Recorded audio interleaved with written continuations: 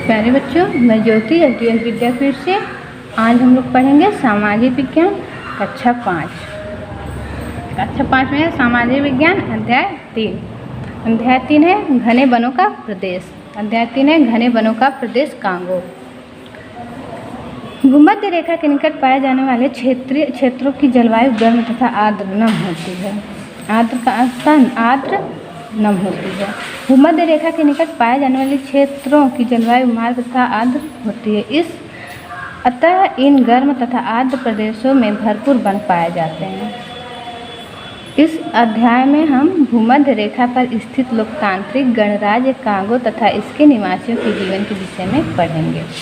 Congo की स्थिति। Congo गणराज्य अफ्रीका महाद्वीप के पश्चिम भाग में स्थित है। भूमध्य रेखा देश के मध्य भाग से होकर गुजरती है।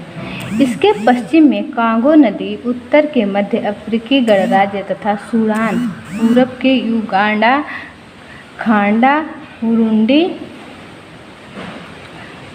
तंजानिया और दक्षिण में जाम्बिया तथा अंगोला है। राजधानी तथा प्रमुख महत्वपूर्ण नदी किंशासा लोकतांत्रिक गणराज्य कांगो का राजधानी शहर है। यह देश का सबसे बड़ा शहर है। विश्व की एक बड़ी तथा महत्वपूर्ण नदी जायरे इसी देश से बहती है। कांगो का एक बड़ा तथा प्रमुख भाग जायरे नदी के बेसिन में है। यह नदी अपनी पूरी लंबाई में परिवहन योग्य नहीं है। इस नदी के मार्ग में अनेक जलप्रपात में झरने हैं। जायरे नदी मातादी नामक स्थान के निकट अटलांटिक महासागर में मिल जाती है। मातादी कांगो गणराज्य का महत्वपूर्ण बंदरगाह है। जलवायु।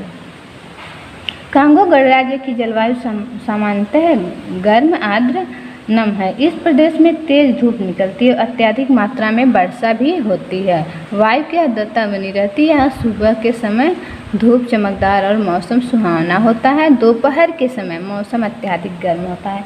यहाँ का जो मौसम है वह सुबह के टाइम बहुत अच्छा चमकदार और सुहावना होता है। दोपहर के टाइम में बहुत ज़्यादा गर्मी होती है।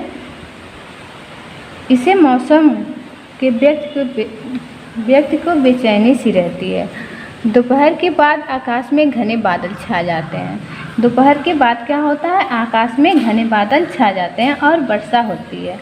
सुबह का मौसम सुहाना होता है। दोपहर का मौसम थोड़ा गर्म होता है और शाम वाले मौसम में क्या होता है, वर्षा होती है। कांगो में रातें ठंडी और सुहावनी होती है। कांगो में रातें ठंडी होती हैं और सुहावनी होती है। यहाँ अलग से शीत ऋतु नहीं होती है।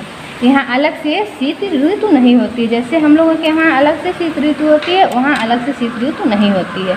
जलवायु वर्ष भर लगभग समान रहता है। वहाँ की जो जलवायु है, वहाँ की पूरे वर्ष जलवायु एक समान रहती है। वनस्पति। कांगो गणराज्य की गर्म तथा आर्द्र जलवायु ऊंचे वृक्षों से भरपूर घने वनों में वृद्धि में सहायक होती है। जो यहाँ की गर्म जलवायु है वो ऊंचे वृक्षों में भरपूर वृद्धि तथा सहायक होती है। यहाँ की भूमि छोटे पौधों तथा झाड़ियों से ढकी हुई होती है। वहाँ की जो भूमि होती है छोटे पौधों और झाड़ियों से ढकी हुई होती हैं। इस प्रदेश में विभिन्न प्रकार के वृक्ष उगते हैं। कांगो प्रदेश में वहाँ बहुत विभिन्न प्रकार के वृक्ष उगते हैं। इस क्षेत्र में वन वर्ष भर हरे भरे रहते हैं। उस क्षेत्र के वन क्या होते हैं, पूरे वर्ष हरे भरे रहते हैं। इन्हें सदाबहार वन कहा जाता है। इन वनों में ऊंचे वृक्ष एक दूसरे के निकट होते हैं तथा एक छतरी बना लेते हैं।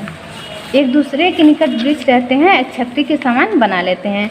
इस कारण धूप भूमि तक पहुंचने नहीं पाती है। कांगो के सदाबहार वनों में महागनी तथा आवनुस आदि वृक्ष पाए जाते हैं। कठोर लकड़ी वाले ये वृक्ष कई उद्योग के लिए कच्चा माल उपलब्ध कराते हैं। प्यारे बच्चों, अब इसमें इतना आप लोगों को समझ में आया होगा। अब कुछ भाग इसको नेक्स्ट वीडियो में देखते हैं। धन्यवाद।